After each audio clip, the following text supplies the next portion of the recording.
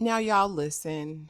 If somebody don't get in there and break up that fight, it's going to be problems, okay? For me personally, because I don't like that. If you guys are new here, my name is Ashley, and this is My Sweet Perspective, where I give my take on all things TV and movie related. And I am back today to talk about a brand new series that premiered on February 19th, a reality dating show called The Never Ever Mets, okay? And the first episode was entitled Offline and Off the Rails. Now, I had this on my spreadsheet because y'all know, honey, I got to keep a spreadsheet for all the shows that I watch.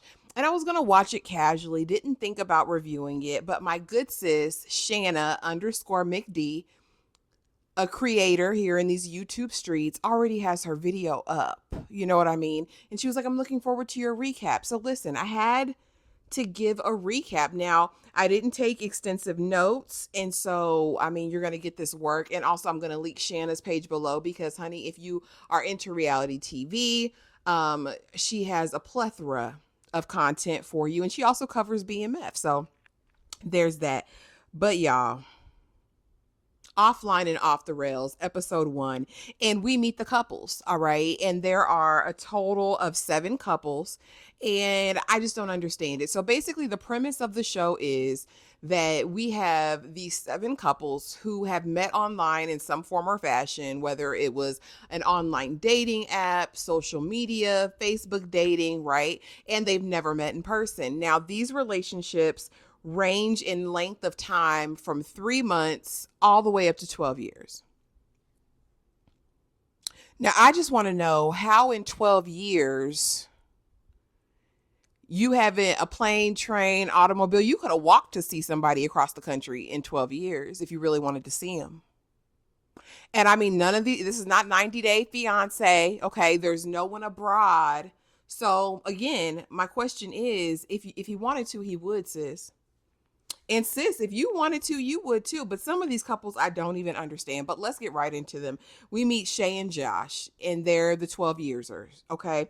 I actually really like Shay. Shay is from Florida, Josh is from Tennessee, and the accent gives Tennessee. Okay. Now, Shay, I really, really like her. She seems sweet, she seems fun.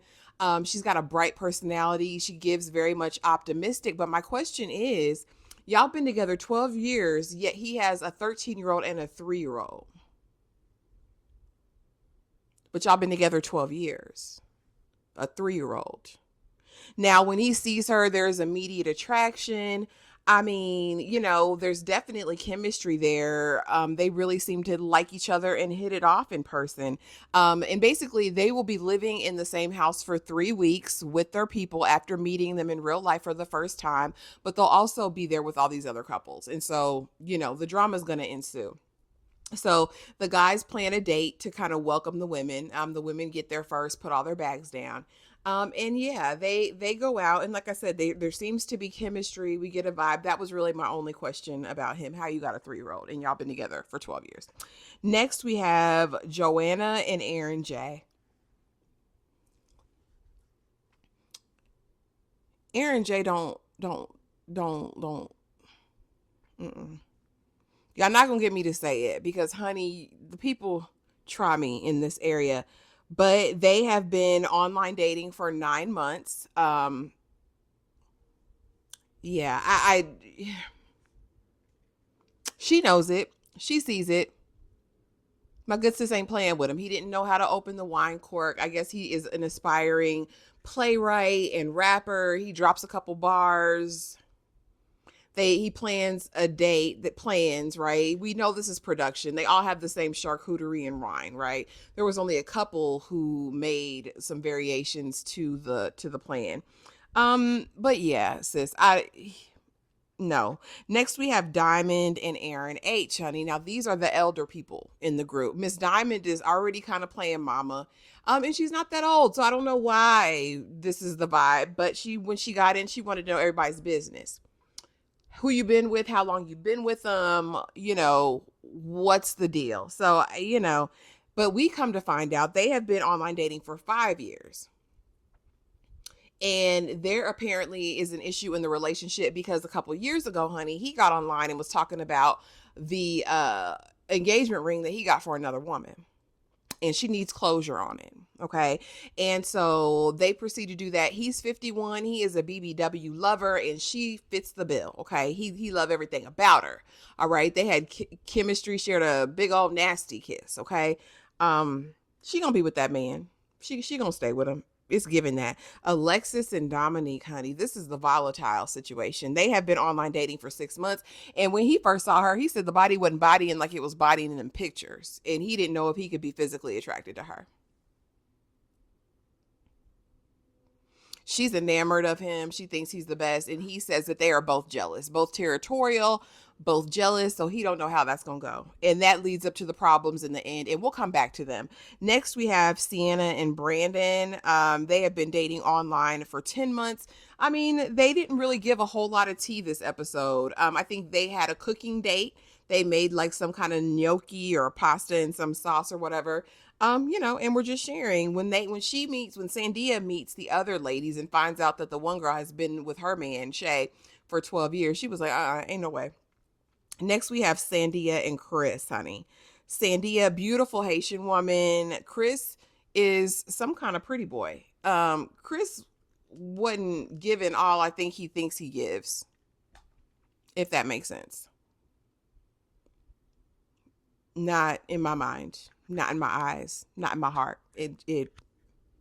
It wasn't giving, but he thinks he's something special. And she sees him and she's like, he looks exactly like he looks in the pictures with his lip gloss popping and all the things. And then the real truth comes out about him, but we'll talk about that later on, because immediately she's like, I'm attracted to him. He looks like the same, except he's just a little bit shorter. Okay. And then finally we have Millie and Greg, honey, and they've been online dating for 3 years, live in the same city and ain't seen each other. And I'm wondering if he has some sort of social anxiety, because in real life, I can't even see like why we would continue to talk if you didn't want to see me and you live across town. LA traffic ain't that bad. Not for 3 years. That's insane. Now let's get to Sandia and Chris. So Sandia is a woman after my own heart, okay? Because she is kind of behind the bin in the kitchen and the fellas are all talking. And Chris is telling us his game, okay? So his game is he meets a woman, he might give her 3-4 good days, and then he's going to ghost her for a week or two, because women like men that are hard to get, okay? And that's just how he goes. He says he and Sandia aren't really like that. You know what I mean? They cool, but they not like that. It's not no exclusive relationship. That is not his girlfriend. Okay. And I mean, she's here. She's listening to everything. And I hope my good sis stands on business and that this goes no further, because my good sis, he does not respect you. He's on here for his moment with his lips popping. I'm just going to set it right there. Okay. Alexis and Dominique. When I tell you this was a mess, it was a mess. So you know how they talked about they're both jealous, both territorial. Well, in the kitchen, he's peeping her out and he's like, Dominique is just, or Alexis is just, smiling in everybody's face, showing all her back teeth, talking to Greg, talking about he's wearing these hoochie daddy shorts, and he feels disrespected. He's like, she flirting right in front of me, right? But she just seems like a bubbly person. And I'm like, well, Dominique, I thought you didn't like her no way. You didn't like how she was shaped in real life. You didn't know if he was attracted. Okay. But he's jealous. And so they actually get into it, honey. And I'm like, this man puts his hands on women. You can't tell me otherwise. I will never believe you. The amount of aggression he had in flinging her the way he did.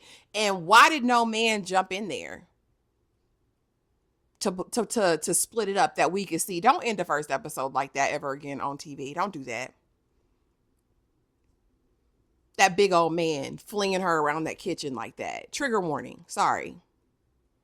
But I ain't like that, y'all. That's how the first episode ended. Drama to ensue. If she continues on with this man,